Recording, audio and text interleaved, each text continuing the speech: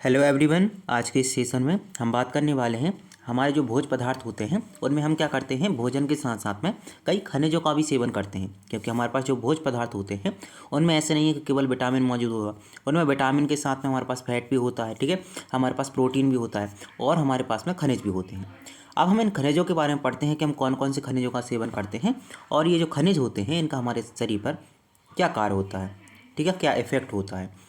ठीक है, तो आप किसी भी एग्ज़ाम की तैयारी कर रहे हो, हर एक एग्ज़ाम में वहाँ क्वेश्चन पूछ लेता है कि आपके पास खनिज का नाम दे देगा और आपसे पूछेगा आखिर इसका काम क्या है, या फिर इस खनिज की कमी से आपके पास कौन सा रोग हो सकता है। ठीक है, एक एक करके पढ़ते हैं। सबसे ज़रूरी हमारे पास में जो खनिज होता है वो होता है कैल्शियम। ठीक है, कैल्शियम सबसे इंपॉर्टेंट खनिज है। अब कैल्शियम के अगर हम काम की बात करें तो पहले आप इसको क्या है, जॉइंट करके पढ़ा करो ताकि आपको याद जल्दी हो जाए, है ना। कैल्शियम होता है ना, कैल्शियम के से स्टार्ट होता है कैल्शियम, और के से ही स्टार्ट होता है हमारे पास में कठोर, है ना। तो आप याद रखना कैल्शियम का काम होगा हमारे पास में जो कठोर ऊतक होते हैं, अंग होते हैं शरीर में, उनको बनाने का काम करता है। ठीक है, तो सबसे पहले कठोर कौन होता है, आप बोल दांत का एनिमल सबसे कठोर होता है। ठीक है, तो दांत और हमारे पास जो हड्डियाँ ये भी कठोर होती हैं। तो आप बोलना जो दांत हैं और हड्डियाँ हैं इनको बनाने का काम और इनको मजबूती देने का काम कौन करता है, कैल्शियम करता है। दूसरी बात याद रखना, कैल्शियम का दूसरा काम होता है रक्त का थक्का बनाना। ठीक है, आपने सुना होगा हमारे पास जो रक्त होता है उसमें WBC, RBC और प्लेटलेट्स, ये तीन चीज़ें पाई जाती हैं। और हमने देखा था जो प्लेटलेट्स होती है ये क्या करती है, ब्लड क्लॉटिंग का काम करती है, रक्त के थक्के जमाने का काम करती है।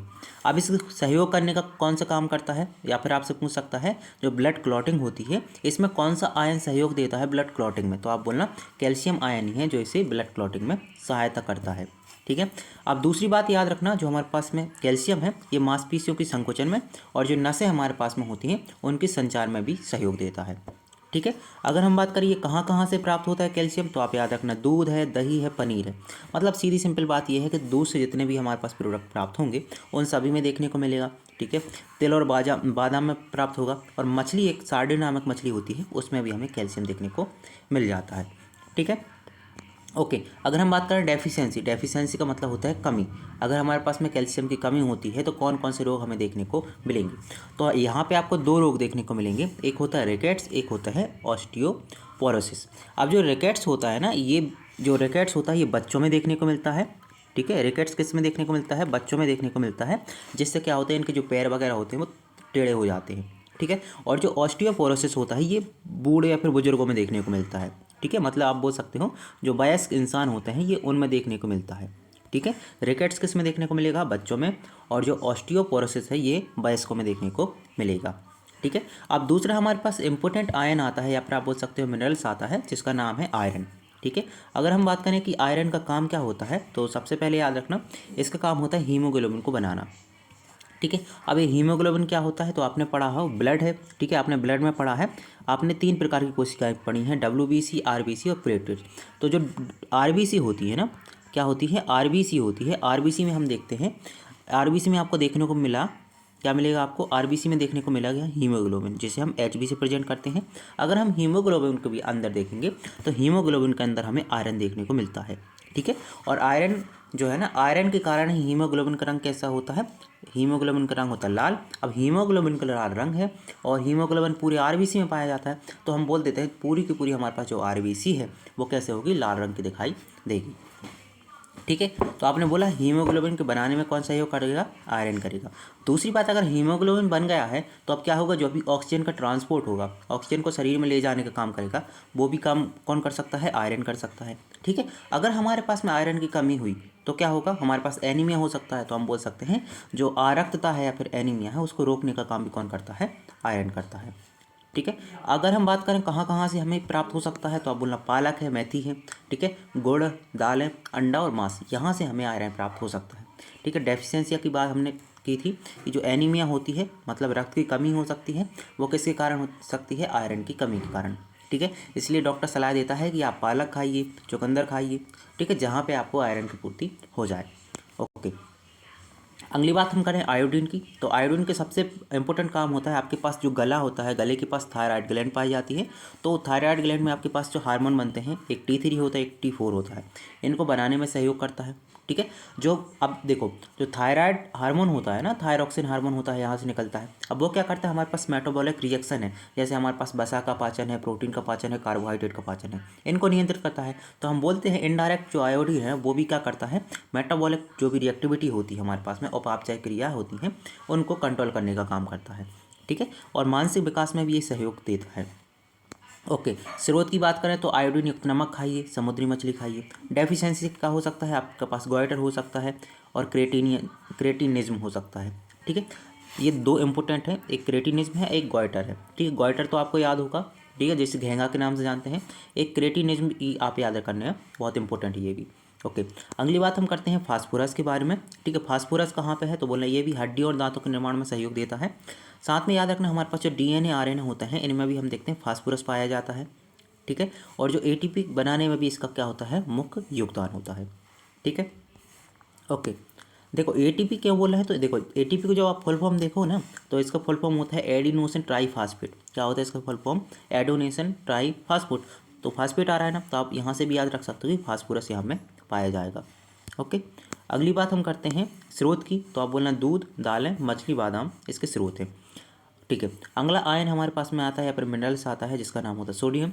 ठीक है, सोडियम का काम क्या होता है, तो याद रखना, जो सोडियम होता है Na है, इसका क्या है, Na है। ओके, इसका काम क्या होगा, सबसे पहले काम होगा इसका शरीर का जल संतुलन में। ठीक है, शरीर में जल बना रहे। ठीक है, ब्लड प्रेशर को नियंत्रित करता है ये। ठीक है, और जो नसें होती हैं उनको संदेश, नसों का मतलब होता है जो तंत्रिका तंत्र है ना हमारे पास में, तंत्रिका तंत्र में ये क्या करता है, सहयोग करता है, जो हमारे पास संदेश होता है एक जगह से दूसरी जगह भेजने में। ठीक है, स्रोत की बात करें तो नमक सबसे अच्छा स्रोत है। ठीक है, आप सूप खाइए, अचार खाइए, ये भी अच्छे स्रोत रहते हैं इसके। ठीक है, अगर हमारे पास इसकी कमी होती है या फिर ज़्यादा अगर कमी होगी तो ब्लड प्रेशर कम हो जाएगा, और ज़्यादा एक्सेस में हो जाएगा तो बीपी है ना इसमें हाई हो जाएगा। ठीक है, जिसका बीपी हाई होता है उसको सलाह दी जाती है कि आप जो है नमक का सेवन कम कीजिए। ठीक है, और जिसका बीपी कम होता है उसको सलाह दी जाती है कि आप नमक का सेवन ज़्यादा कीजिए, क्योंकि नमक का फॉर्मूला होता है हमारे पास में NaCl। तो यहाँ से आपके पास में क्या है, सोडियम आपको मिल जाता है। ओके, अगली बात हम करते हैं पोटेशियम के बारे में। तो पोटेशियम की सबसे इंपॉर्टेंट काम होता है हमारे पास जो हृदय की धड़कन है, ठीक है, उसको नियंत्रित करता है। ठीक है, मांसपेशियों के कार्य को सहयोग देता है, और जल को संतुलित करने का काम भी ये थोड़ी मात्रा में करता है। स्रोत की बात करें तो केला है, नारियल का पानी है, और आलू है। ठीक है, अगली बात हम करते हैं मैग्नीशियम की। तो मैग्नीशियम से याद रखना मांसपेशी है ना, तो मांसपेशी व नसों के लिए सबसे आवश्यक कौन होता है हमारे पास में, मैग्नीशियम आवश्यक होता है। ठीक है, ऊर्जा के उत्पादन में भी सहयोग करता है, और हड्डियों को मजबूत करने में भी कुछ मात्रा में ये सहयोग करता है। अगर हम स्रोत की बात करें तो आप नट्स खाओ, या फिर बादाम खाओ, या फिर हरी सब्जियाँ खाओ, तो वहाँ से मैग्नीशियम की पूर्ति आपको हो जाएगी। अगली बात हम करते हैं जिंक की। ये भी बहुत ज़्यादा इंपॉर्टेंट है, याद रखना जिंक के कार्य। तो इसका सबसे पहला काम होता है हमारे पास जो रोग प्रतिरोधक क्षमता है उसको बढ़ाने का काम करता है। ठीक है, इम्यूनिटी को बढ़ाएगा, घाव भरने में मदद करेगा, और हार्मोन जो होते हैं हार्मोन को संतुलित करने में मदद करता है। कहाँ कहाँ से मिलेगा, दाल है, अंडा है, और बीज, यहाँ से हमें देखने को मिल जाएगा। फ्लोराइड आयन की बात करते हैं तो ये क्या होता है, दांतों को मजबूती प्रदान करता है, और दांतों की जो सड़न होती है, ठीक है, उनको रोकने का काम करता है, कैविटी को।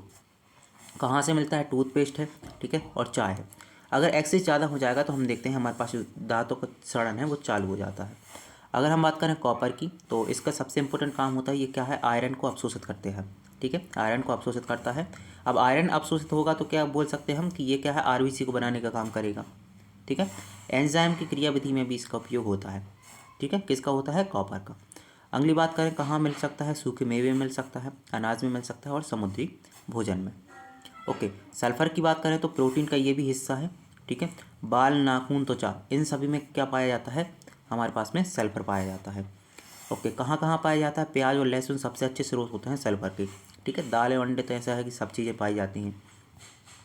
क्लोरीन की बात करें तो HCl बनाने में मदद करता है क्लोरीन, और पानी को संतुलित करता है। ठीक है, स्रोत है हमारे पास, नमक ही है इसका स्रोत भी।